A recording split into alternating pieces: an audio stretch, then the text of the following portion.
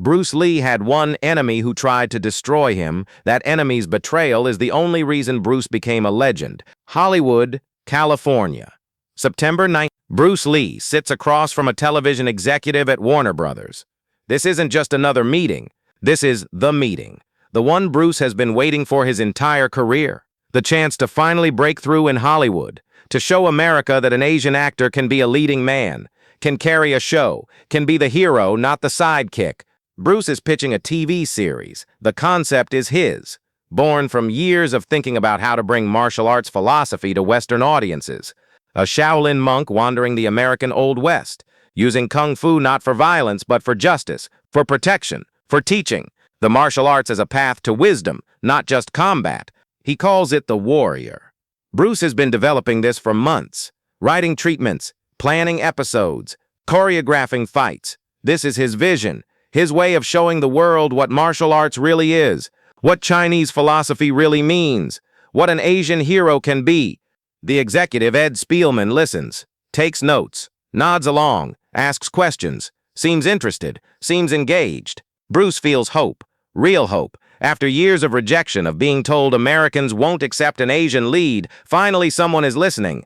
Bruce, this is interesting, Spielman says. Really interesting. The concept has potential. Let me talk to the network, see what they think. We'll be in touch. They shake hands. Bruce leaves, optimistic, energized, believing that maybe finally his time has come. Maybe Hollywood is ready. Maybe America is ready. Maybe The Warrior will be the show that changes everything. Weeks pass. Bruce calls Spielman's office, left on hold, transferred, no clear answers. We're still discussing it. The network is reviewing. We'll get back to you soon. Months pass. Bruce keeps training, keeps teaching, keeps waiting. The Green Hornet gave him visibility but died after one season. Guest appearances on Longstreet and other shows keep him working, but they're not leading roles. They're not what he's fighting for. December 1971, Bruce sees a trade publication, a new TV series announced by Warner Brothers. Western setting, martial arts, a wandering monk bringing Eastern philosophy to the American frontier. The title, Kung Fu. Bruce's heart stops. That's his concept, his idea, the warrior. But different title, different name. He reads further. The star, David Carradine. White actor, playing a half-Chinese Shaolin monk named Kwai Chang Caine. Bruce reads it again, hoping he misunderstood. But no, it's clear. Warner Brothers took his concept, the show he pitched, the vision he developed, and gave it to a white actor. Ed Spielman didn't reject Bruce's idea. He stole it, stripped Bruce out, kept the concept, cast a white man in yellowface makeup to play the role Bruce created for himself. Bruce sits in his house, the trade magazine in his hands, shaking. Not from fear, from rage, pure burning rage. Everything he's been fighting against, every stereotype, every rejection, every closed door, every Americans won't accept you excuse. All of it crystallized in this one betrayal. They didn't think his idea was bad. They loved his idea. They just didn't want him in it. Wanted the concept without the Chinese face. Wanted the philosophy without the authenticity. Wanted Kung Fu without the Kung Fu master. Linda finds him, sees the magazine, sees his face, knows immediately. They stole it, Bruce says. Voice flat, dead. They took the warrior and gave it to a white guy. Linda doesn't know what to say. What can you say? Sorry? It'll be okay? Neither feels adequate.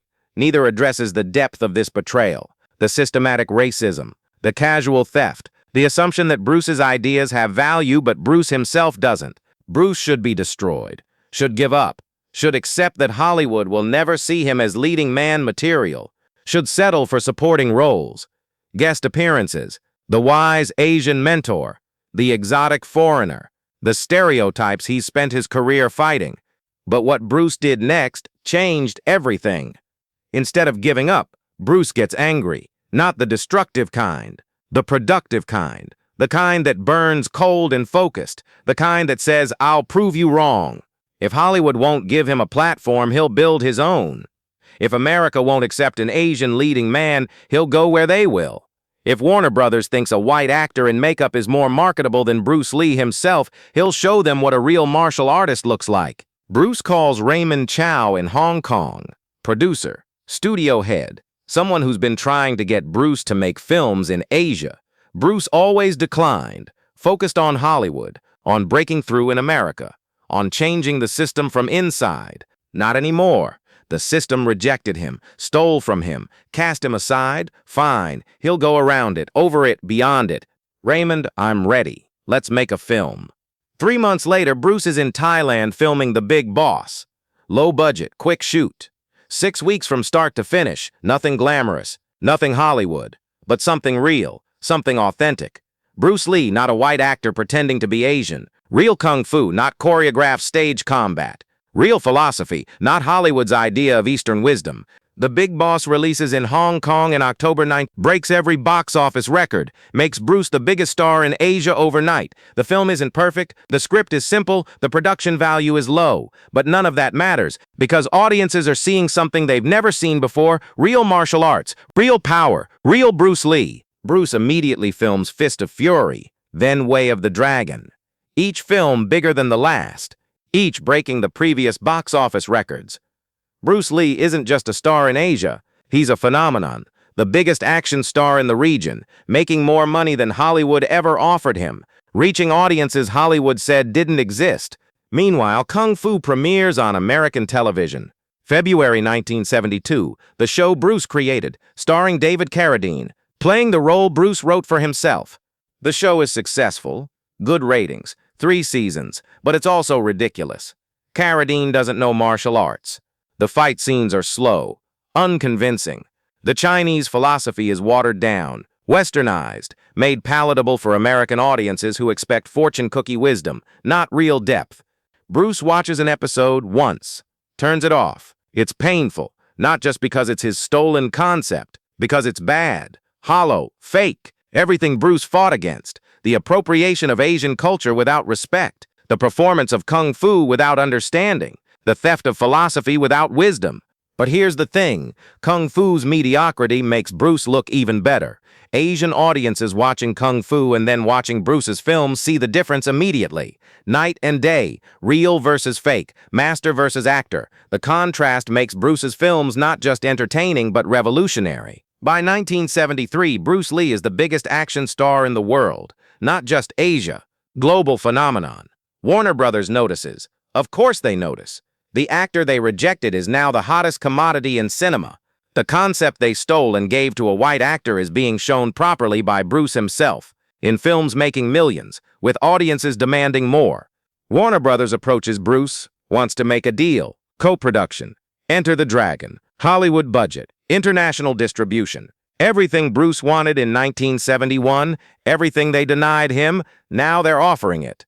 Because Bruce proved them wrong, proved Asian actors can carry films, proved audiences will accept authentic martial arts, proved he doesn't need Hollywood, Hollywood needs him. Bruce has leverage now. Takes the meeting, negotiates terms, script approval, director approval, fight choreography control, everything. Warner Brothers agrees. They have to. Bruce proved his value, on his own terms, in his own way. Enter the Dragon films in early 1973. Bruce dies before it releases, but the film becomes a global phenomenon, makes over $200 million, opens doors for Asian actors that were closed for decades, changes Hollywood forever. All because Ed Spielman betrayed Bruce and stole his concept, cast a white actor, thought Bruce Lee wasn't marketable. That betrayal is the only reason Bruce went to Hong Kong, made The Big Boss, became a superstar, forced Hollywood to recognize his value, changed cinema history. If Warner Brothers had said yes in 1971, if they'd made The Warrior with Bruce as the lead, he would have been a TV actor. Successful, maybe, but confined to American television, limited to weekly episodes, controlled by network executives, never reaching his full potential. The betrayal freed him, forced him to build his own path, create his own platform, prove his own worth. The enemy who tried to destroy his career accidentally launched it beyond anything Hollywood would have allowed. Years later, David Carradine is asked about Bruce Lee and Kung Fu. Bruce should have had that role, Carradine admits. It was his concept, his vision. I was just an actor who got cast. But I wasn't Bruce Lee. could never be Bruce Lee. The show was successful, but it was nothing compared to what Bruce did in his films. He didn't need kung fu. He became something bigger. Do you regret taking the role? How can I regret something that gave me a career? But I recognize the injustice. Bruce created it, should have starred in it. Hollywood's racism denied him that, and in denying him, they forced him to become something greater than a TV star, a legend. Ed Spielman never publicly apologized, never acknowledged stealing Bruce's concept, but in private conversations years later he admitted it. Told colleagues that casting Carradine instead of Bruce was the biggest mistake of my career. We had Bruce Lee, the real thing, and we chose a white actor in makeup, made millions, but we could have made history.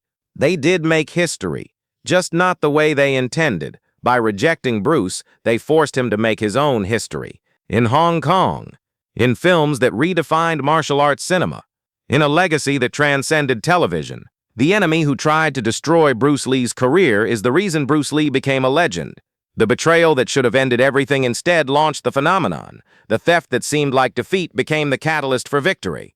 Ed Spielman took Bruce's concept, but he gave Bruce something more valuable: motivation, proof that Hollywood wouldn't change unless forced, evidence that the only way forward was around, not through. Bruce Lee in 1971 wanted to be a TV star. Ed Spielman's betrayal made him a film icon instead. Wanted to work within the system. The betrayal forced him outside it, where he became something the system never would have allowed. Something bigger, more important, more lasting. Kung Fu ran for 3 seasons, 63 episodes, then canceled. Forgotten by most people today. Bruce Lee's films? Eternal. Studied. Celebrated. Remembered, revered. The enemy saved Bruce's life by trying to ruin it. The betrayal that looked like the end was actually the beginning.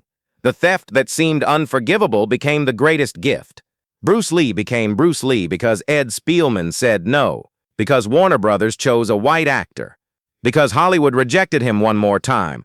That rejection forced Bruce to go to Hong Kong, to make the big boss, to become a superstar, to prove Hollywood wrong, to create a legacy that outlasted the TV show that stole his concept. The enemy who saved his life by trying to destroy it, the betrayal that made him a legend, the theft that became the catalyst for greatness. Sometimes the worst thing that happens to you is the best thing that could happen. Sometimes the enemy is the teacher. Sometimes betrayal is liberation. Ed Spielman was Bruce Lee's enemy, and accidentally, unknowingly, Ed Spielman saved Bruce Lee's career. Not by helping, by betraying, not by opening doors, by closing them, forcing Bruce to kick down his own doors, build his own path, become his own legend. The enemy who saved his life, the betrayal that made history, the theft that created a phenomenon. September 1971. Ed Spielman steals Bruce's concept, casts David Carradine, thinks he's won. October 1971. Bruce Lee releases The Big Boss, breaks every record, becomes a superstar. The enemy thought he destroyed Bruce. He just freed him. And that freedom changed cinema forever.